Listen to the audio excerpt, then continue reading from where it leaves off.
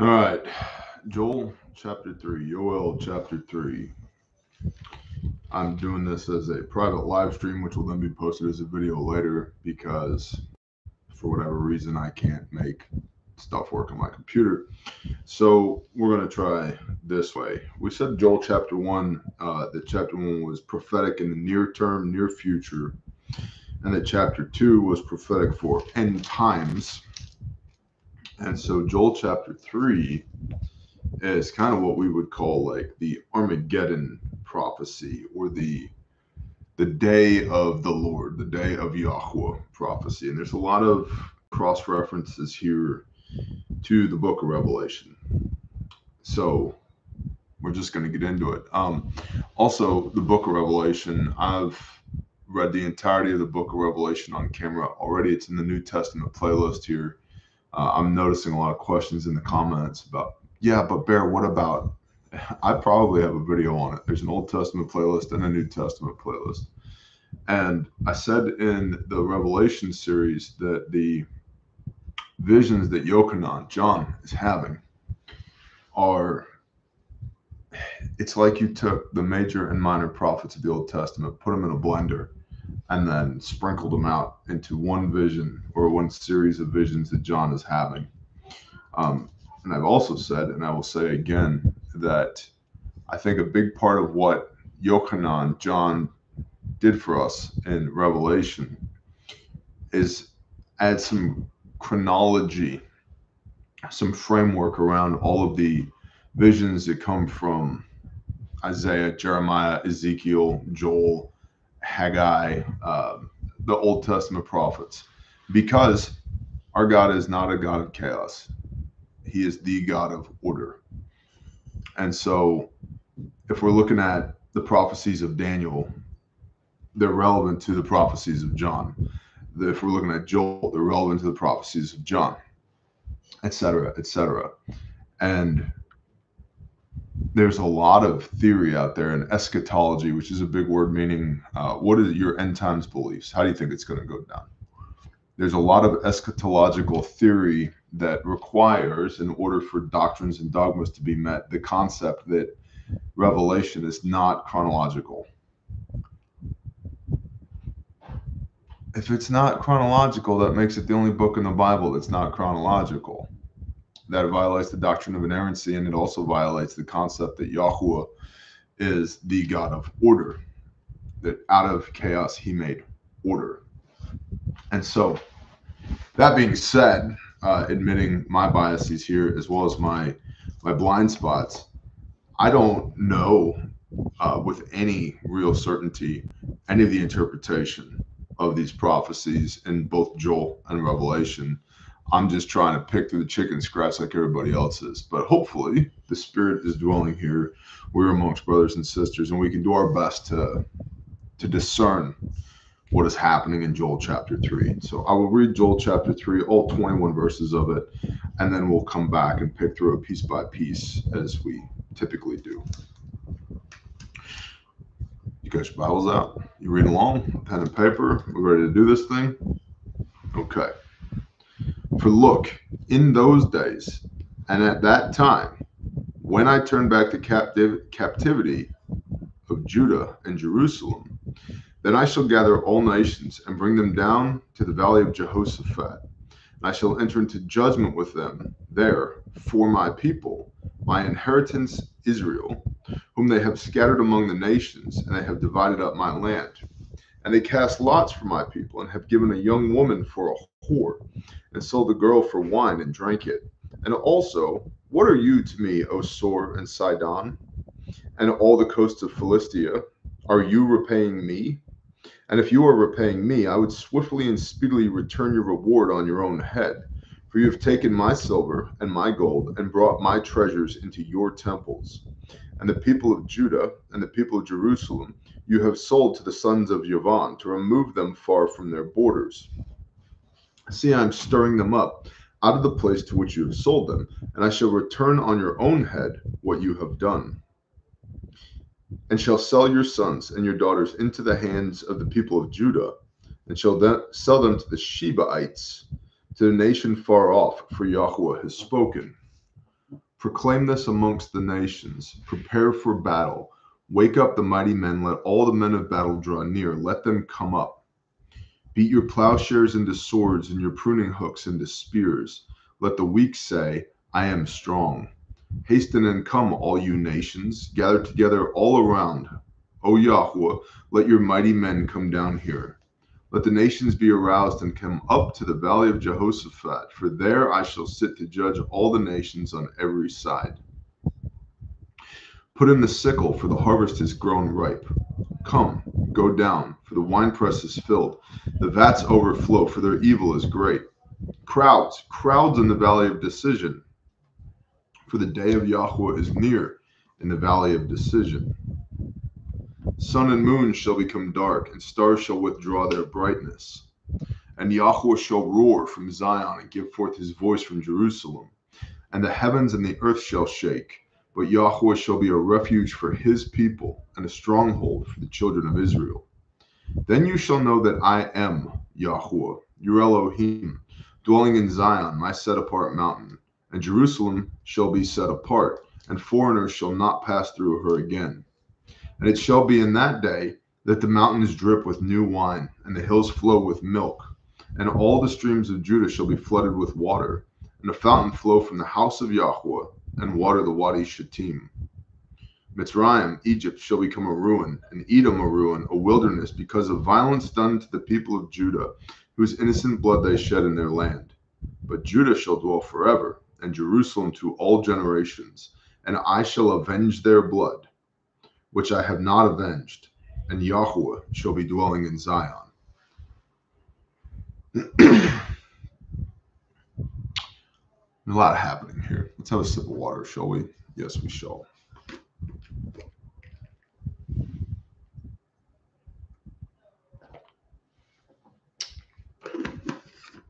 So the first question we want to ask when we look at prophecy is, has this happened yet? No, part or all. Yes. And we saw in Joel chapter 2, some of this has already occurred, like the pouring out of the Spirit in those days. Joel 2:28, 2:29. That's occurred. Shavuot, Acts chapter 2. Look at Joel 3. For look, in those days, at that time, when I turned back the captivity of Judah and Jerusalem. Well, what's super interesting about this is that when Joel wrote this book, 835 BC, 2,859 years ago, neither the Babylonian nor the Assyrian exiles had happened yet. So, as he is prophesying this and writing down the words that Yahweh has given him in 835 BC, the captivity hadn't happened yet. Think about how crazy it would have sounded.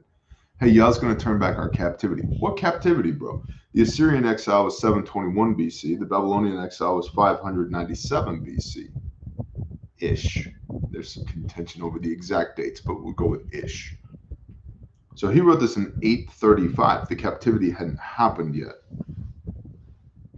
Going back to prophets, right? There's a lot of people claiming to be prophets right now, and there's a lot of people claiming that other people are prophets right now. And it's like, man, unless what you said 2,800 years ago is starting to come true, I'm kind of unimpressed. And we were, what, 150 years-ish? Nah, 114 years from the time Joel was written to the time of the Assyrian exile. So over 100 years out, with no context, no pretext whatsoever that the house of Israel would be going into exile in the first place. That's a prophecy. It's not somebody saw some patterns of behavior and looked at previous stock market charts and whatever, and now they're prophesying that this thing is going to happen. If we look at, and you probably want to keep a finger in Joel and then also start flipping to Revelation. Revelation chapter 20 specifically. Sorry, I have multiple bookmarks in Revelation, and I went to the wrong place. Revelation 20, verse 8. This is where we get into Gog and Magog. And if you have commentary on Gog and Magog or questions about Gog and Magog, Ezekiel 37, 38, 39, I have videos on it. I think prior to Joel chapter 2, Ezekiel 38 was my longest Bible video to date. Let's look at Revelation 20, verse 7. And when 1,000 years have ended, Satan shall be released from his prison, and he shall go out to lead the nations astray, which are in the four corners of the earth, Gog and Magog, to gather them together for battle, whose number is as the sands of the sea. They came up over the breadth of the earth and surrounded the camp of the set-apart ones and the beloved city, Jerusalem. And fire came down from Elohim out of the heaven and consumed them. It's only 3 lines, but miraculous deliverance from Yahweh after the millennial kingdom. For everybody who argues we're in the millennial kingdom right now, and there are some who do argue that, where's the temple? Where's Messiah? We'll just start with that. Where's the temple? Where's Messiah? Why are bad things still happening on the earth? So if we go back to Joel chapter 3, for look in those days, and at that time when I turned back the captivity of Judah and Jerusalem, then I shall gather all nations and bring them down to the valley of Jehoshaphat. And I shall enter into judgment with them, for they are my people, my inheritance Israel, whom they have scattered among the nations, and they have divided up my land. All right, so has this already happened yet? Well, yeah, there was an Assyrian exile, followed by a Babylonian exile, followed by the diaspora of the 10 northern tribes being scattered to the winds. That has happened. But it's interesting the Father works in threes, doesn't he? And this third exile, or this third turning back of captivity, hasn't happened yet. One could argue we're in the midst of it, but that's another different conversation. And so this has been partially fulfilled, the completion of which I think will be fulfilled in end times at the Battle of Armageddon. Look at verse 2. Then I shall gather all nations and bring them down to the valley of Jehoshaphat. Jehoshaphat, the valley of Jehoshaphat, does not exist according to the Mishlei Techalim, the commentary on the Psalms. There is no valley of Jehoshaphat. Now, Jehoshaphat means in Hebrew, Yahweh judges. And there's, you could do some Wikipedia-ing on this, some Googling on this, but there's a couple of different lines of thoughts where it could be this place. It might mean that place. But there's nothing definitive. And like I said, the Mishlei Techalim, or Tehillim, says, no, there is no place that we know of thus far that is the valley where Yahweh judges. But that's explicitly what he's doing here. And I shall enter into judgment with them there for my people, my inheritance, Israel, which goes back to you want to be Israel. I showed you Ephesians 2 last week. You are Israel. That's the tree of life that you're grafted into. You want to be Israel, because everybody who's not Israel, and I don't mean nation state on a map over there. I mean heart condition covered by the blood of Messiah, Israel. Everybody who's not Israel gets schwacked at the end of an age. You can cross-reference Genesis 32, verse 28 for Israel. Israel is he who is striving with Elohim, he who has overcome with Elohim, and he who is ruling with Elohim. Striving with is the contention that we've all had with God at times. Some of us were in a decade of apostasy and satanic death metal bands. That would have been me. That's me. I did that. But then we overcome by the blood of the Lamb and the word of our testimony. And then we are ruling with Elohim, because that's the original state for man. That's how Yah designed us to be, is a nation of kings and priests, rulers, which is Exodus 19, verse 6, and Revelation 1, verse 6. So you want to be Israel, not the nation state, the heart condition. And you are Israel if you believe in Messiah, per Ephesians 2, verse 12. So what's the Valley of Jehoshaphat? And notice how Yah calls Israel my inheritance, his inheritance. We are Yah's inheritance. We are the harvest that is going to be reaped.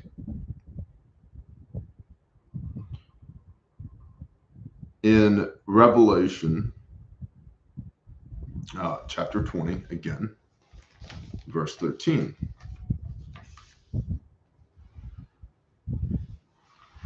Well, actually, if we saw, we go verse 11. I saw a great white throne and him who was sitting on it, from whose face the earth and heavens fled away, and no place was found for them. And I saw the dead, small and great, standing before the throne, and books were opened. And another book was opened, which is the book of life. And the dead were judged from what was written in the books according to their works. This is called the second resurrection, which we've discussed, because when we read Revelation, if you go and look at the Revelation 20 verse 5, that's the first resurrection. There are two resurrections. So second resurrection, verse 12, and then verse 13. And the sea gave up the dead who were in it, and death and Sheol, the grave, gave up dead who were in them, and they were judged, each one according to his works. Judged. So Valley of Jehoshaphat, which means Yahweh judges. Is this the place? Maybe the reason that we don't have a dot that we can put on the map right now as to where the Valley of Jehoshaphat is because it hasn't taken place yet. It's prophetic in the future. I can't say definitively, but that's one line of thinking, and it's a line of thinking that I ascribe to. Now, verse 3, and they, the bad guys, have cast lots for my people, and have given a young man for a whore, and sold a drink for wine, and drank it. And also, what are you to me, Sor and Sidon, and all the coasts of Philistia? So Sor and Sidon, Philistia, the PH in Hebrew is more of a ph sound. Like we say Philistine, they say Philistine. So it's Philistia, Palestine is where this is. And so Sor and Sidon are kind of in the northwest corner of Israel, up into the Lebanon area. These are the coastlands areas. So if you're looking at a map of Israel over there in the Middle East, current day northwest Israel up towards Beirut-ish Lebanon, that's Philistia. These are the peoples of the sea. And also, what are you to me, O Sor and Sidon, and all the coasts, on the Mediterranean Sea of Philistia? Are you repaying me? And if you are repaying me, I would swiftly and speedily return your reward on your head. So they have transgressed against the children of Israel, Yahweh's inheritance. For you have taken my silver and my gold and brought my treasures into your temples. And the people of Judah and the people of Jerusalem, you have sold them to the sons of Yahweh to remove them far from their borders. Now, if you read Ezekiel 27, you'll see that Sor gets, and Sidon, elsewhere in Ezekiel, they get their pee-pee schwagged hardcore by the Father. Not good for them. It's judgment. This whole chapter is about judgment. Now, who's Yahweh in verse 6? So in Genesis chapter 10, we have some genealogies of the sons of Noah, Shem, Ham, and Japheth. And Yavon is the fourth son of Japheth in Genesis 10. Now, Yavon then became associated with, just like Israel was Jacob's name, but then it also meant the 12 sons of Israel, and then it referred to the 12 tribes of Israel, and then it refers to believers in Mashiach who are grafted into Israel. Okay, same thing happens with Yavon. Yavon was a person who then becomes associated with Tarshish. And there's a couple of, on the map, there's a couple of places where Tarshish is considered to be. Now, this is different than Tarsus. Tarsus being where Shaul of Tarsus, the Apostle Paul, was from. which was kind of up in Turkey, the southwestern corner of Turkey, and Antalya, like Anatolian, Antalya, the southwest corner-ish of Turkey, and northwest of Cyprus. Tarshish is both associated as a name place for an area in Lebanon, possibly up towards Tripoli, but then also all the way on the other side of the Mediterranean, far, far west, over to the Straits of Gibraltar in Spain. And the idea here again being that they were ships people. They were people of the sea, and that they ran the Mediterranean, and that they had a very wide trade network throughout the Mediterranean, because you've got what, like Israel, Lebanon, Syria, Jordan, Turkey, Greece, Italy, Macedonia, Northern Africa, Egypt, Libya, Tunisia, Algeria, Spain, France, etc., etc., etc., etc., Slovenia, Croatia, all these places that are along the Mediterranean Sea. And so they were going and coming and gathering resources from around that area of the world. And what's interesting is Yavon gets associated with Tarshish, which then Tarshish is then used throughout the Hebrew writings to refer specifically to the Greeks. First to Greece in general, Greece being what, an island? Well, it's not an island. What's the word that I'm looking for here? A peninsula, and maybe kind of an archipelago to the southeast of Italy. And then the nation state of Greece, and then the Greeks, okay, who preceded the Romans, who were there at the time. They were the world's superpower. And so this Yavon, for you have taken my silver and my gold and brought my treasures into your temples. And the people of Judah and the people of Jerusalem you have sold to the sons of Yavon, to the Tarshish, and then to the Greeks, scattered, to remove them far from their borders. This is the diaspora. This is the 10 northern tribes being scattered across the known world. So that's who the sons of Yavon are. They're also referred to in Daniel chapter 8. You can maybe flip over there. Not that far back.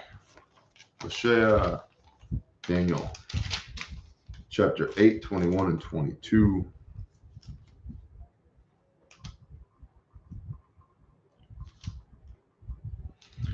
And the male goat is the king of Greece, Yavon, and the large horn between its eyes is the first king.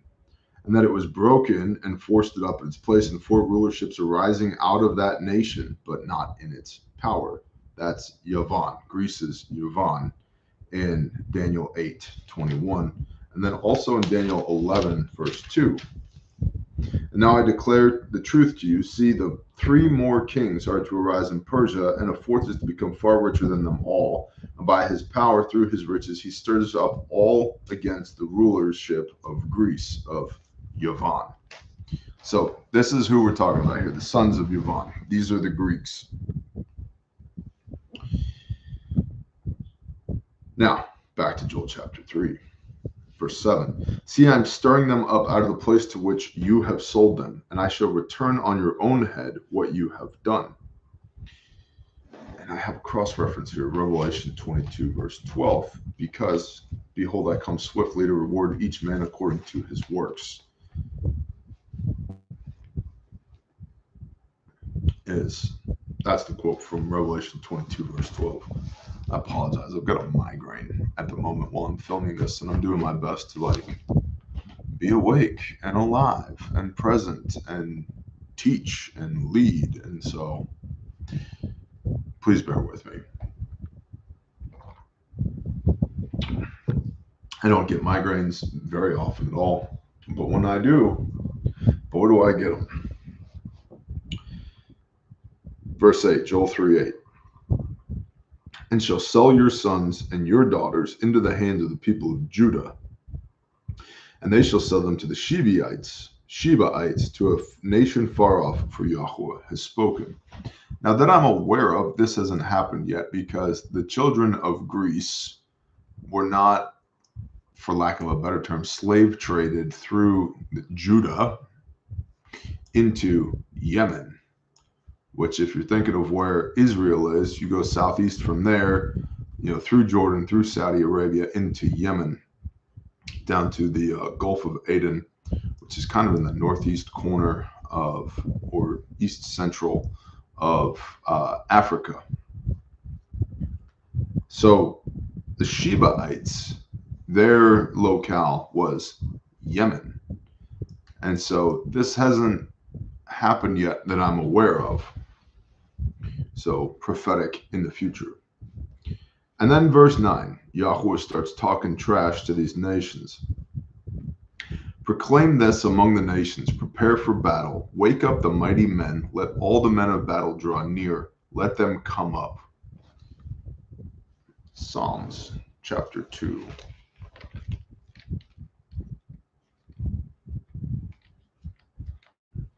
Not that far ahead of where we are. Psalms 2. Why do the nations rage and the people meditate emptiness? The kings of the earth take their stand and the rulers take counsel together against Yahweh and against his Messiah and say, let us tear apart their bonds and throw away their ropes from us. He who is sitting in the heavens laughs. Yahweh mocks at them. Then he speaks to them in his wrath and troubles them in his rage, saying, but I have set my king on Zion, my set apart mountain. I inscribed for a law. Yahweh has said to me, you are my son. Today I have brought you forth. Ask of me, and I make the nations your inheritance, and the ends of the earth your possession. I make the nations your inheritance. Think about that, okay? So Yeshua is the son of Yah, and without getting into the Trinitarian stuff, he's Yah made flesh. And Yah says right here in Joel 3 verse 2 that Israel is his inheritance. But Yeshua and Yah are the same. So how is just different facets of the same entity? Echad, Shema Yisrael, Yahweh Eloheinu, Yahweh Echad. Hear, O Israel, Yahweh is our God. Yahweh is one. So how do the nations become part of the inheritance? Yahweh has said to me, you are my son. Today I have brought you forth. Ask of me, and I make the nations your inheritance, and the ends of the earth your possession. They're grafted in to Israel. Romans 11, Ephesians 2. They're grafted into Israel. Brilliant, isn't it? Ask of me, and I make the nations your inheritance, and the ends of the earth your possession. Break them with a rod of iron, dash them to pieces like a potter's vessel. And now be wise, O kings, be instructed, you rulers of the earth. Serve Yahweh with fear and rejoice with trembling. Kiss the chosen, lest he be enraged and you perish in the way, for soon his wrath is to be kindled. Blessed are all those taking refuge in him. Back to Joel chapter 3. Beat your plowshares into swords and your pruning hooks into spears. Let the weak say, I am strong. Hasten and come, all you nations, and gather together all around. O Yahweh, let your mighty men come down here. Let the nations be aroused and come up to the valley of Jehoshaphat, the valley where Yahweh judges. For there I shall sit to judge all the nations on every side. Got a cross-reference here of Revelation 16:16.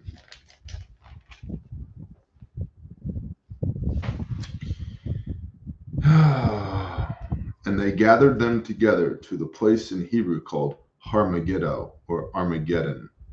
And the seventh messenger poured out his bowl into the air, and a loud voice came from the dwelling place of heaven, from the throne, saying, it is done. And there came to be noises and thunders and lightnings, and there came to be a great earthquake, such a mighty and great earthquake as had not come since men were upon the earth. And the great cities became divided into 3 parts, and the cities of the nations fell. And great Babel was remembered before Elohim to give her the cup of the wine of the fierceness of his wrath. And every island fled away, and the mountains were not found, and a great hail from the heaven fell upon men, every hailstone about the weight of a talent. And men blasphemed Elohim for the plague of hail, because the plague was exceedingly great. Let the nations be aroused and come up to the valley of Jehoshaphat, where Yahweh judges, for there I shall sit to judge all the nations on every side. Put in the sickle, for the harvest has grown ripe. Come, go down, for the winepress is filled, the vats overflow, for their evil is great. And we've got this Revelation 19 imagery here, compare contrast with Yeshua when he returns, who treads out the winepress of the fierceness and wrath of El Shaddai. Crowds in the valley of decision. Now, the valley of decision is the valley of Jehoshaphat. Also done some research on where is the valley of decision. What is that? And there's some theories, but nothing actual. We can't point to a place on the map and say, there it is, which lends credence to the idea that Joel chapter 3 is prophetic in the future, partially fulfilled through the Assyrian and the Babylonian exiles, but ultimately fulfilled in end times. My supposition.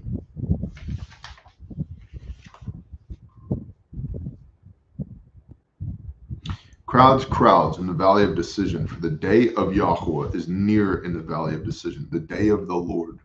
And I've waxed poetic previously about how I have heard people in Christendom say that they cannot wait for the coming of the day of the Lord.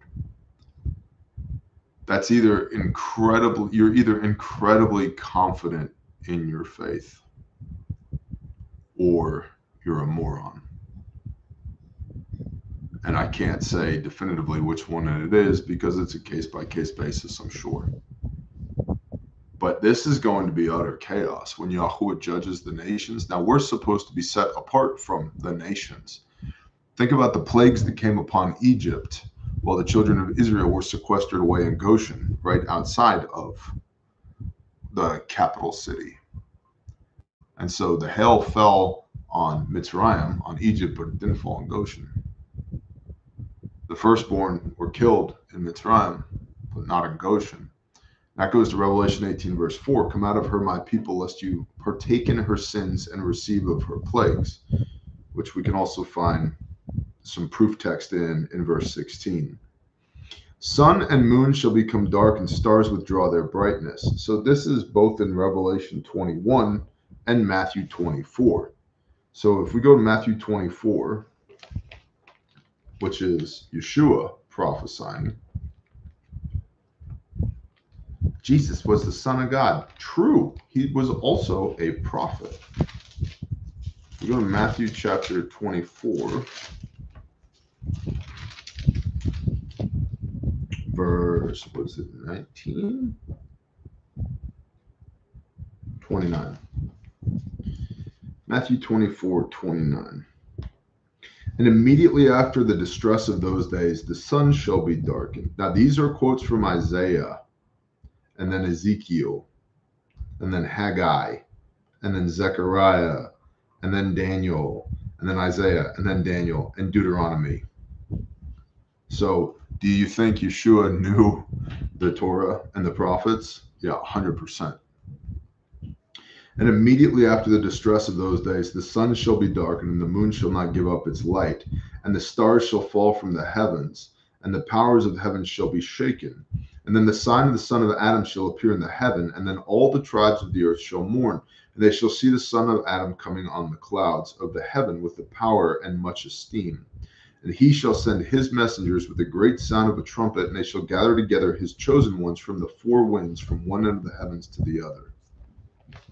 So this Joel imagery that we're seeing here in 3:15, sun and moon shall become dark and stars shall withdraw their brightness, is backed up by Yeshua prophesying in Matthew 24. And in the mouths of two or three, let a thing be established, because we've got Joel and now Yeshua.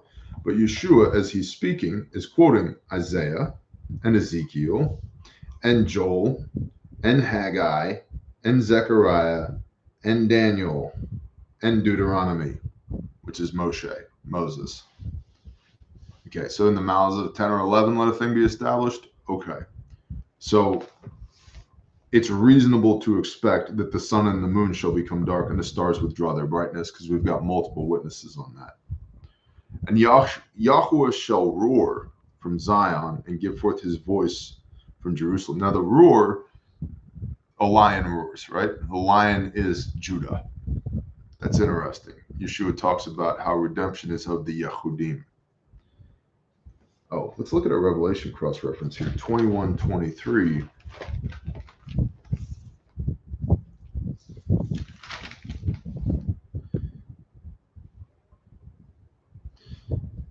And the city had no need for sun, nor the moon to shine in it, for the esteem of Elohim lightened it, and the Lamb was its lamp.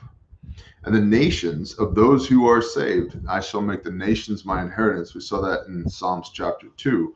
Shall walk in its light, and the kings of the earth bring their esteem into it. And its gates shall not be shut at all by day, for it shall not be shut at all by day, for night shall not be there. And they shall bring the esteem and the appreciation of the nations into it. And there shall by no means enter into it whatever is unclean, neither anyone doing abomination and falsehood, but only those who are written in the Lamb's book of life. So it'll compare contrast there. And then Joel chapter 3, verse 16. And Yahweh shall roar from Zion and give forth his voice from Jerusalem, and the heavens and the earth shall shake, but Yahweh shall be a refuge for his people and a stronghold for the children of Israel. Which again goes back to, come out of her, my people, lest you partake of her sins and receive of her plagues. Then you shall know that I am Yahweh, your Elohim, dwelling in Zion, my set-apart mountain, and Jerusalem shall be set apart, and foreigners shall not pass through her. Again, Revelation 21, verse 13.